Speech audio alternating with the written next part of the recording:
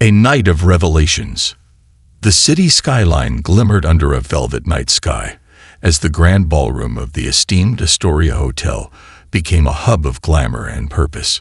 The annual charity gala for underprivileged children was in full swing, with luminaries from every sector of society mingling under the glittering chandeliers. The air was filled with the soft hum of conversation, the occasional clink of glasses, and the rustle of elegant gowns sweeping across polished floors. Amid the sea of distinguished guests stood Barron Trump, a tall, composed young man with a quiet demeanor that set him apart. Unlike most attendees, who basked in the limelight, Barron remained near the stage, observing with calm interest. His tailored suit was immaculate, yet his unassuming posture hinted at a reluctance to embrace the grandeur around him. The event was more than just a social gathering. It was a fundraiser for children in need, a cause close to Barron's heart. Despite his lineage, he had long sought ways to use his privilege for meaningful impact. This evening presented such an opportunity, yet he was unprepared for how profoundly the night would change him. As the evening unfolded, Barron moved through the crowd with practiced ease, exchanging polite handshakes and courteous smiles.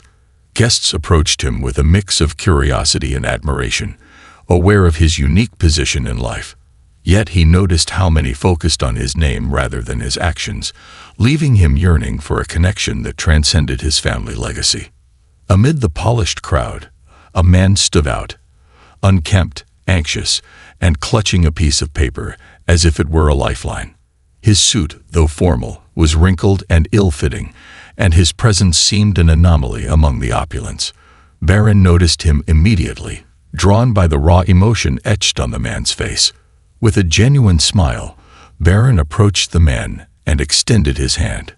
"Good evening," he said warmly. "I'm Barron. It's nice to meet you." The man looked at Barron's outstretched hand, his expression hardening. "I won't shake your hand," he said, his voice trembling with a mix of anger and despair. The room fell silent as nearby conversations ceased, and all eyes turned toward the unexpected confrontation. Barron, unfazed by the tension, withdrew his hand but maintained his composure. "I understand," he said softly, his voice carrying empathy rather than offense. "Would you like to tell me why?" The man hesitated, his jaw clenched as he glanced at the curious faces around them. "Your name," he said finally, his tone bitter. "It represents privilege and wealth. Things people like me can never dream of. You don't know what it's like to struggle every day, to fight for your child's life, and still fall short." A hush settled over the crowd as Barron nodded, his expression thoughtful. "You're right," he admitted. "I don't know your story, but I'd like to." The man blinked, clearly caught off guard. "What?" he asked, his voice tinged with disbelief. "Let's talk," Barron said, gesturing toward a quieter corner of the room, away from the crowd. "If you're comfortable." The man hesitated, his internal struggle evident, before finally nodding. Together, they moved to a small table, the tension between them palpable. As they sat down, Barron offered a reassuring smile. "What's your name?" he asked gently. "Jacob," the man replied, his voice still guarded. "Jacob Evans." "Well, Jacob," Barron said, leaning forward slightly, "I'd like to hear your story. Start wherever you feel comfortable." Jacob hesitated, his defenses wavering as he looked into Barron's earnest eyes. Slowly he began to speak, his voice raw with emotion. He described his son, Ethan, a bright and creative 9-year-old with an extraordinary talent for drawing. But Ethan's life was overshadowed by a rare, debilitating illness that required constant care and costly treatment. "I worked 2 jobs," Jacob said, his voice breaking. "I sold everything I owned to pay for his medical bills. I came here tonight hoping to find anyone, who could help, but I didn't expect you to care." Barron listened intently, his expression softening with each word. When Jacob finished, silence hung between them for a moment before Barron spoke. "I can't imagine what you're going through," he said, his voice steady but filled with compassion. "But I want to help, not just financially, but in a way that truly matters to you and Ethan." Jacob stared at him, his eyes narrowing in skepticism. "Why would you do that for me?" he asked, his tone almost accusatory. Barron met his gaze without hesitation. "Because I can," he said simply, "and because it's the right thing to do." The sincerity in Barron's words seemed to break through Jacob's walls. His shoulders sagged, and he exhaled a shaky breath.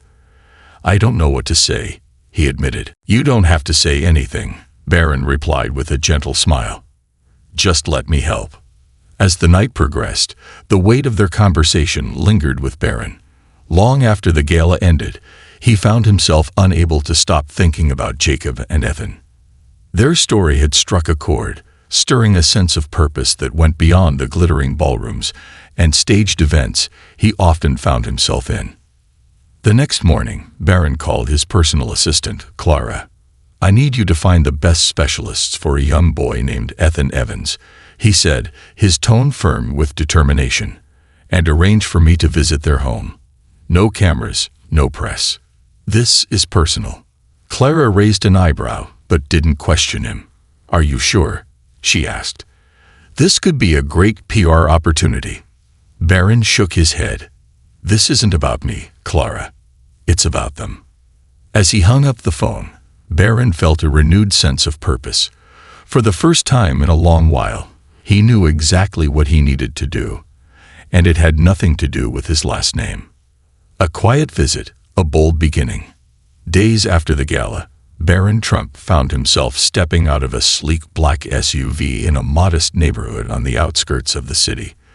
The streets were lined with aging brick buildings and narrow sidewalks, scattered with children's bicycles and forgotten toys.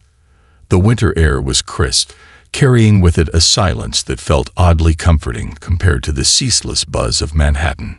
Dressed in a simple black coat and jeans, Barron looked less like a public figure and more like a determined young man on a mission.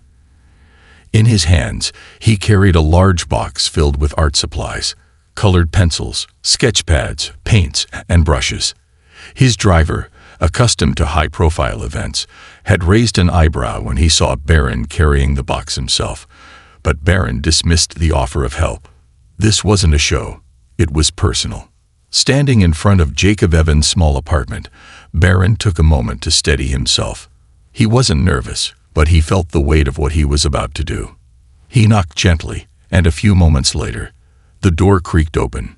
Jacob stood in the doorway, his expression a mix of surprise and disbelief. "Barron," he said, as though questioning the reality before him. "Hi, Jacob," Barron replied with a small smile. "I hope I'm not intruding. I wanted to meet Ethan."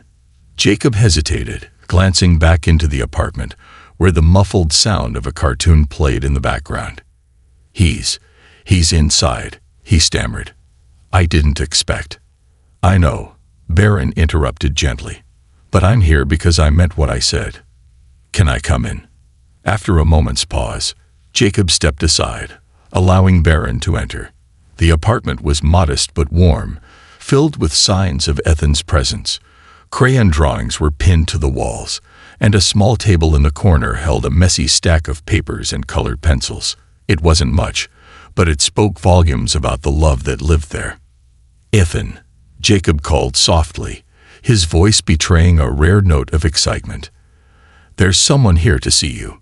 A small boy with unruly brown hair peeked around the corner, his wide eyes filled with curiosity. He was pale and thin, but his smile was vibrant as he approached cautiously. "Hi," he said, his voice barely above a whisper. "Hi, Ethan," Barron said, crouching to meet him at eye level. "I'm Barron.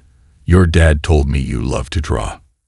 Ethan nodded, his shyness giving way to excitement as his gaze shifted to the box in Barron's hands. "What's that?" he asked.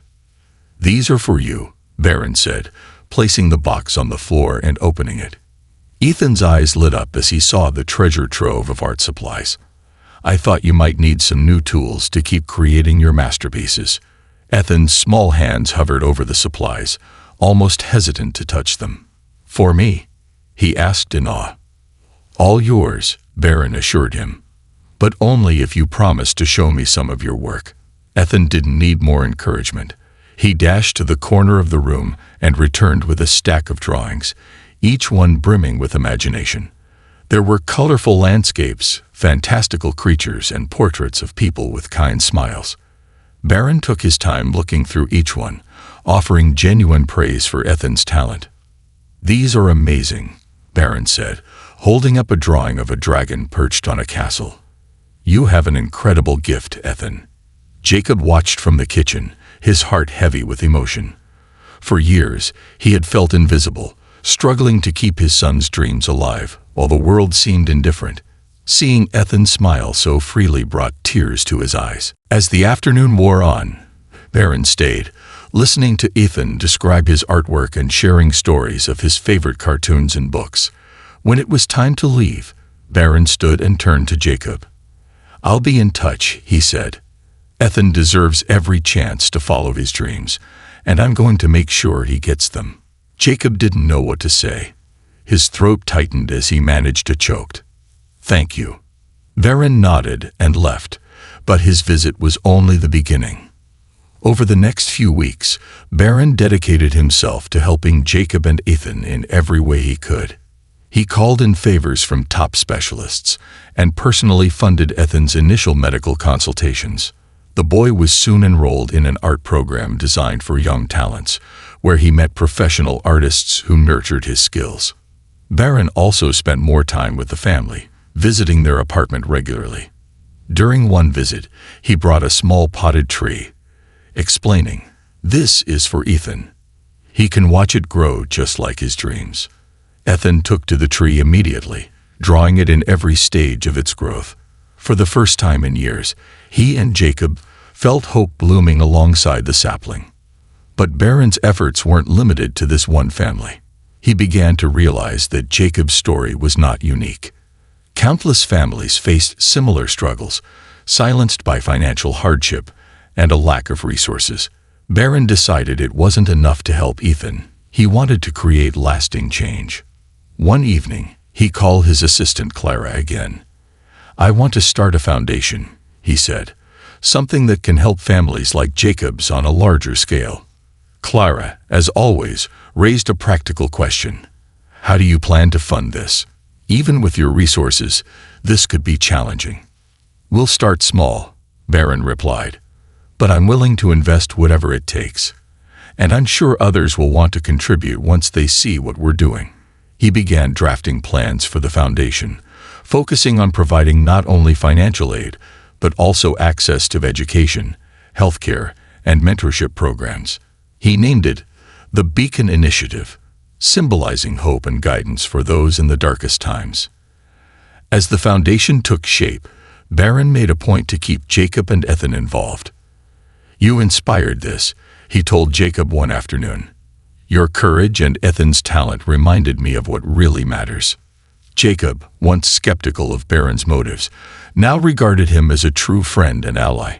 "You didn't just change our lives," he said.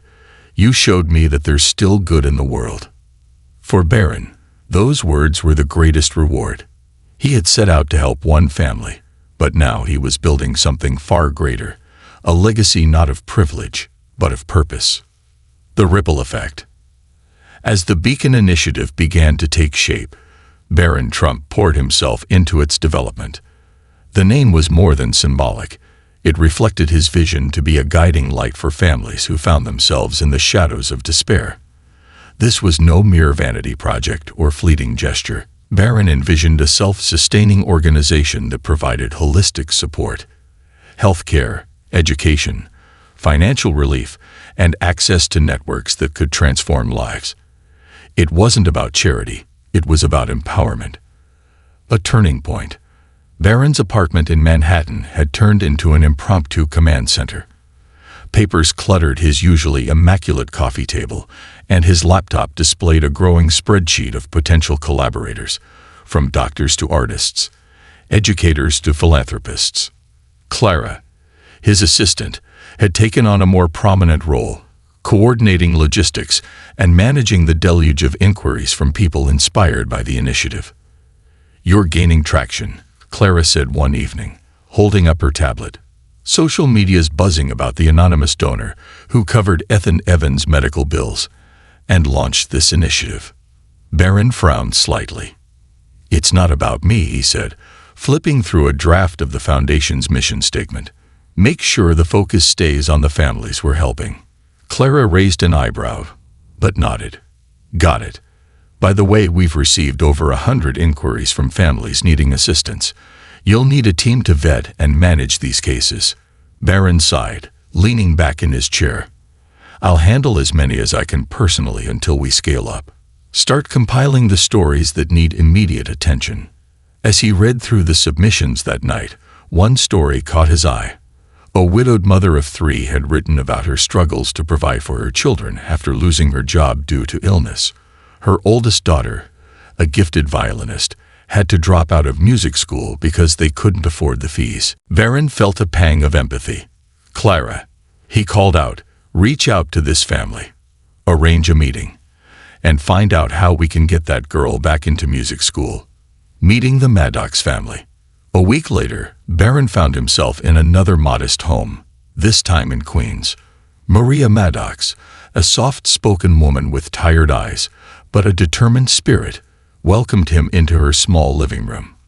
Her 3 children, ages 6 to 15, sat quietly, their eyes wide with curiosity. "I never thought someone like you would care," Maria admitted as they sat down. "People don't usually notice families like ours." Barron smiled gently. "Maria, people like you are the backbone of this country. You're working hard for your kids, doing everything you can. That deserves recognition and support." Maria's oldest daughter, Ava, hesitated before speaking. "Do you really think I can go back to music school?" she asked, clutching her violin case like a lifeline. "I don't think you can," Barron said, meeting her eyes. "I know you can, and we're going to make it happen." True to his word, Barron not only covered Ava's tuition, but also arranged for her to have private lessons with a renowned violinist. The Maddox family became another testament to the growing impact of the Beacon Initiative. Ava's story, shared discreetly through the Foundation's network, inspired donations from musicians and arts organizations who wanted to support underprivileged talent. Building a movement. Back in his office, Barron reflected on the rippling effect his actions were creating. Each family helped seem to ignite a wave of generosity in others. Donations began to pour in, from modest contributions by everyday people to significant checks from wealthy benefactors. "I told you this would catch fire," Clara said, waving a press release about a major corporate donation. "People want to be part of something real." Barron nodded, but he remained focused on the human stories behind the numbers. He instituted a policy for the foundation. Every decision, every dollar spent, had to align with the core mission of changing lives in meaningful ways. To that end, he launched a mentorship program within the initiative.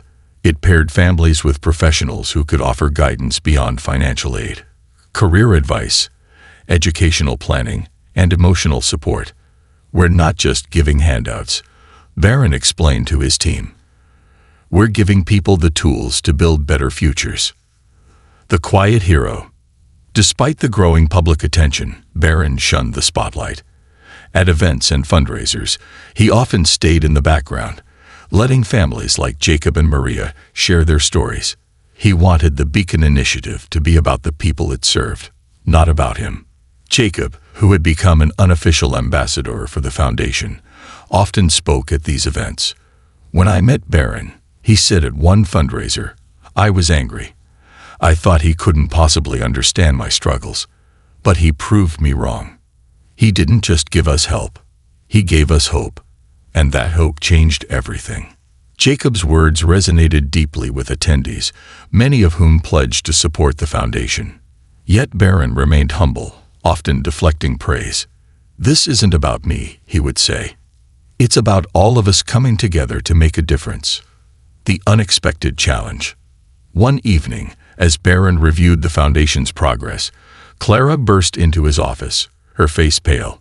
"We have a problem," she said, placing a tablet on his desk. Barron glanced at the screen, which displayed an article questioning his motives. It accused him of using the Beacon Initiative as a way to whitewash his family name, and suggested that the foundation's funds were being misused. Barron's jaw tightened. "This was bound to happen," he said calmly. "Success always attracts scrutiny."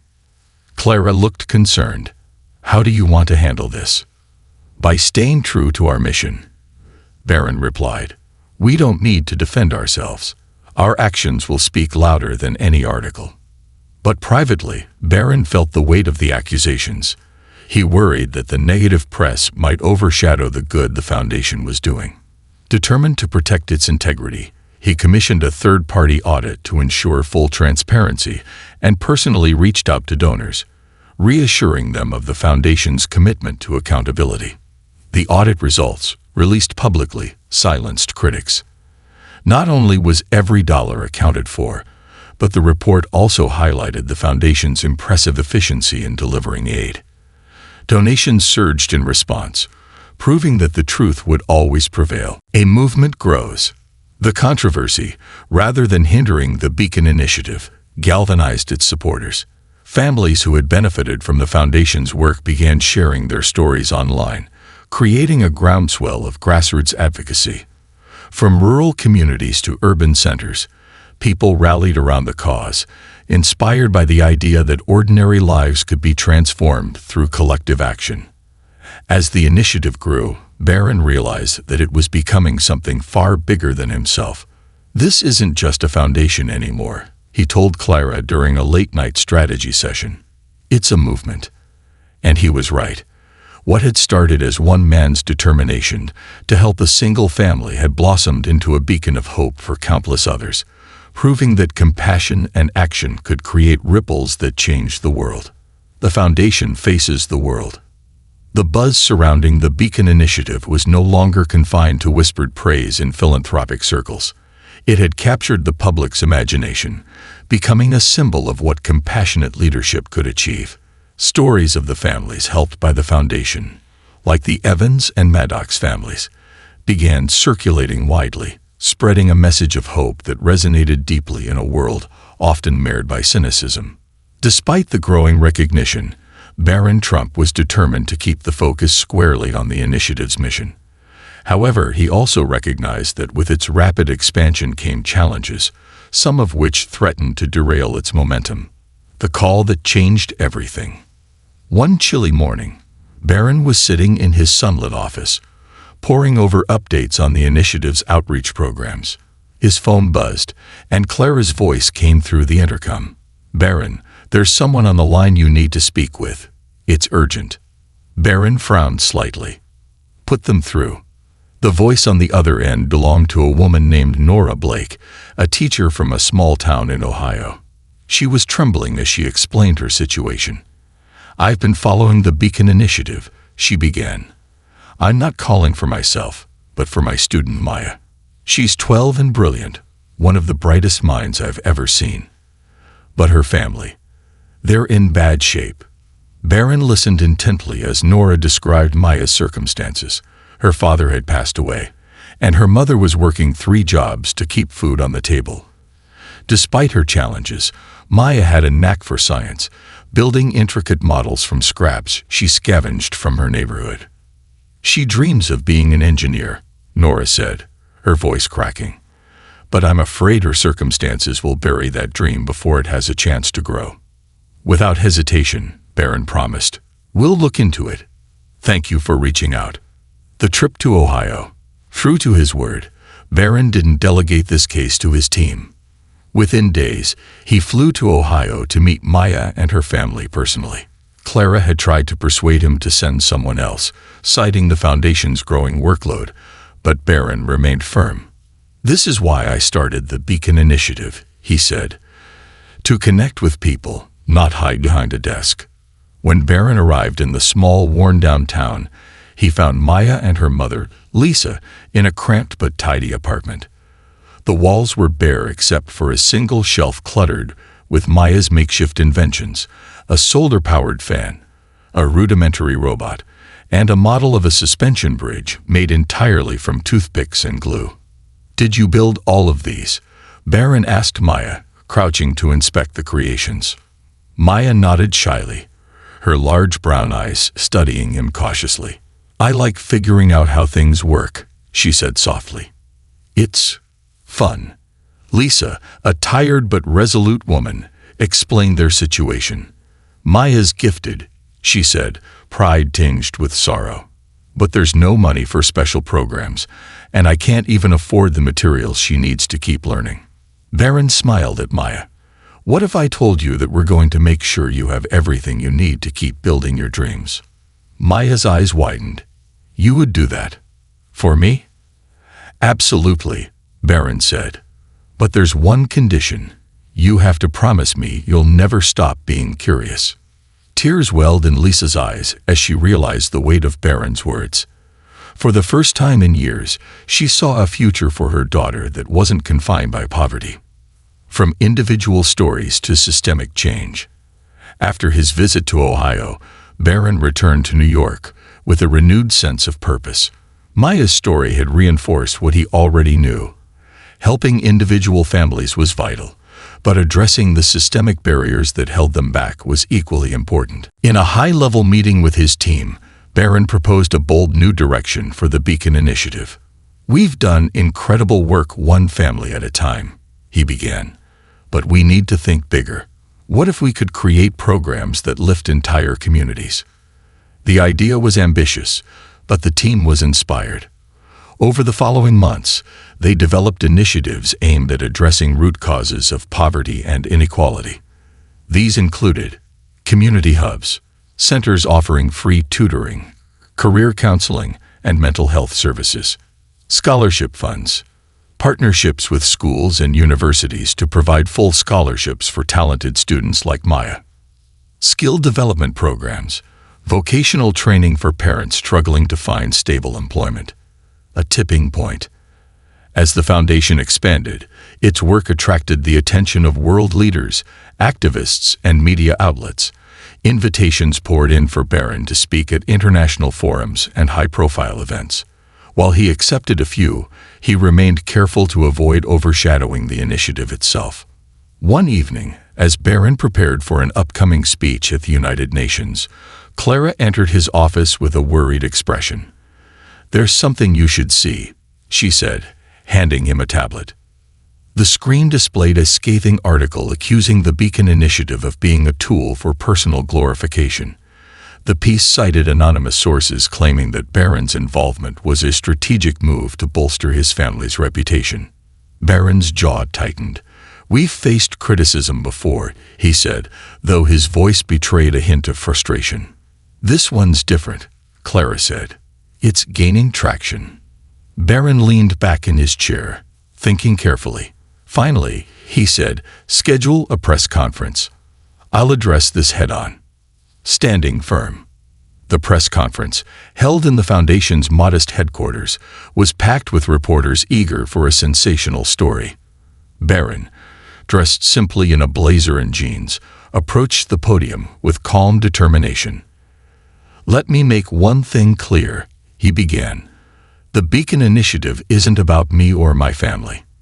It's about the lives we're changing and the communities we're empowering. If anyone questions our intentions, I invite you to look at the results. Not my words, but the stories of people like Jacob Evans, Maria Maddox, and Maya Blake." He paused, letting the words sink in. Transparency is at the heart of what we do, which is why we've made every financial record and program outcome available to the public. This initiative stands on its own merit, and no baseless accusations will change that. The room was silent for a moment before a reporter asked, "Why do you care so much about these families?" Barron smiled faintly. "Because I've seen firsthand what happens when people lose hope, and I believe it's our responsibility, especially those of us who have been blessed with privilege, to give hope back." The press conference marked a turning point. Public sentiment rallied behind Barron, and donations to the Beacon Initiative surged. More importantly, the families benefiting from its work began sharing their stories online, creating an outpouring of support that silenced critics. A global vision. As the foundation entered its third year, Barron's vision began to transcend national boundaries. He partnered with international organizations to replicate the Beacon Initiative's model in other countries, starting with pilot programs in rural Africa and Southeast Asia. At the same time, Barron continued to personally connect with the families the foundation served, ensuring that the humanity behind the mission was never lost. On a visit to a newly established community hub, he met a group of children who had been inspired by Maya's story to pursue careers in science and engineering. "You've built something incredible," Clara said as they left the hub that evening. Barron smiled, gazing at the setting sun. "We've built something," he corrected, "and we're just getting started." The storm before the breakthrough. As the Beacon Initiative reached its third year, its name was synonymous with hope. Families from diverse backgrounds, struggling with different challenges, found their lives transformed through the Foundation's holistic programs. From education to healthcare, vocational training to mentorship, the initiative became a lifeline for thousands. But success on this scale invited scrutiny and challenges that threatened to unravel everything Barron Trump and his team had worked for. The internal rift. The growing complexity of the initiative required a larger team and more structured leadership. Barron, though deeply involved, had delegated many operational responsibilities to an executive board composed of respected professionals from philanthropy, business, and education. At a board meeting one afternoon, tensions boiled over. The Foundation's CFO, a pragmatic yet rigid man named Richard Vaughn, proposed redirecting funds from smaller programs, like art workshops and community mentorships, to expand high-profile projects with measurable outcomes, such as scholarship programs. "These programs look great in reports and attract major donors," Richard argued, gesturing toward a chart. "If we want to grow, we need to prioritize initiatives that yield tangible results." Barron, sitting at the head of the table, shook his head.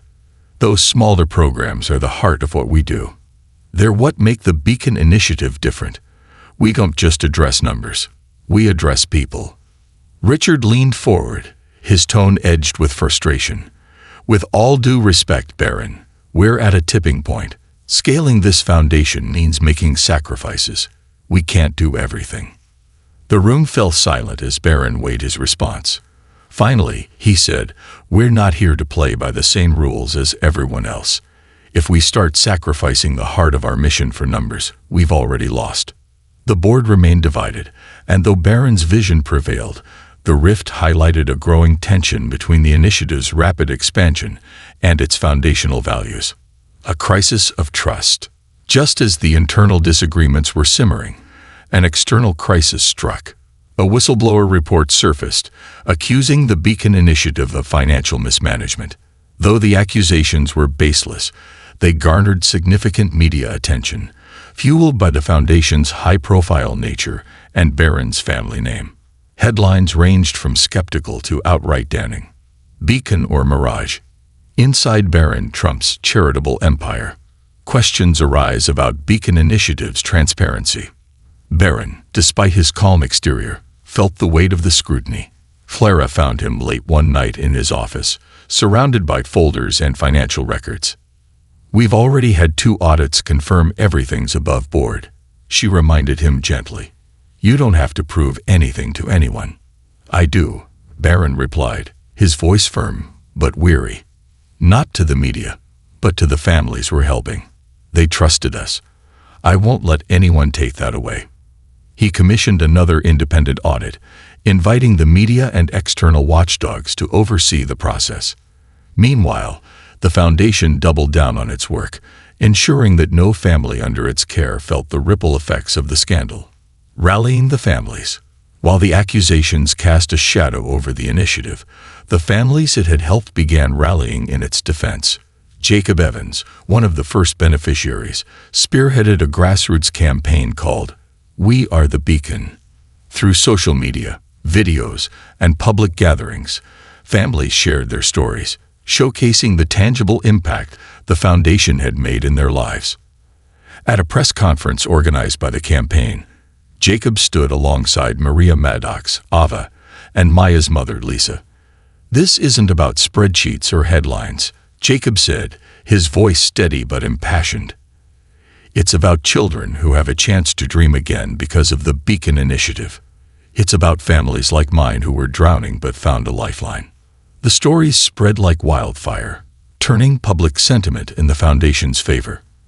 The hashtag #WhereTheBeacon trended worldwide, bringing attention not only to the initiative's work, but also to the broader issues it sought to address.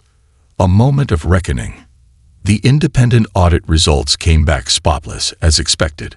But rather than simply issuing a statement, Barron called a town hall meeting open to the public and streamed live. The event was held in one of the Foundation's newly opened community hubs, a bright and welcoming space filled with families and supporters. Standing on a small stage, Barron addressed the audience with quiet conviction. "When I started the Beacon Initiative, I didn't anticipate how far it would grow or how many lives it would touch. But with growth comes responsibility, and I take that responsibility seriously." He paused, scanning the crowd. "To the critics I say this. Our work speaks for itself. To the families we serve, I promise this. No matter what challenges come our way, we will continue to fight for you." The audience erupted into applause, and for the first time in weeks, Barron felt a sense of relief. But he knew the hardest work was still ahead. Expanding the mission. With the crisis behind them, Barron and his team focused on strengthening the Foundation's operations and expanding its reach. Inspired by the grassroots support, they launched a new initiative called the Beacon Network. This program empowered communities to replicate the Foundation's model on a local scale, providing resources, training, and funding to grassroots organizations. One of the first participants was Nora Blake, the teacher from Ohio who had introduced Barron to Maya. Under the Beacon Network, Nora established a STEM mentorship program in her town, connecting students with professionals in science and technology fields. Maya, now thriving in an advanced engineering program, became one of its first mentors. A personal journey. Amid the professional challenges, Barron embarked on a personal journey of reflection. He visited the Evans family, now living in a more stable home, and saw Ethan, who had grown healthier and more confident. The boy showed him a new drawing, a towering lighthouse shining its beam over a stormy sea. "That's you," Ethan said, smiling. "You help people find their way." Barron's throat tightened. "You're the real beacon, Ethan," he said softly. "You inspire me to keep going." As Barron drove back to the city, he thought about the journey so far.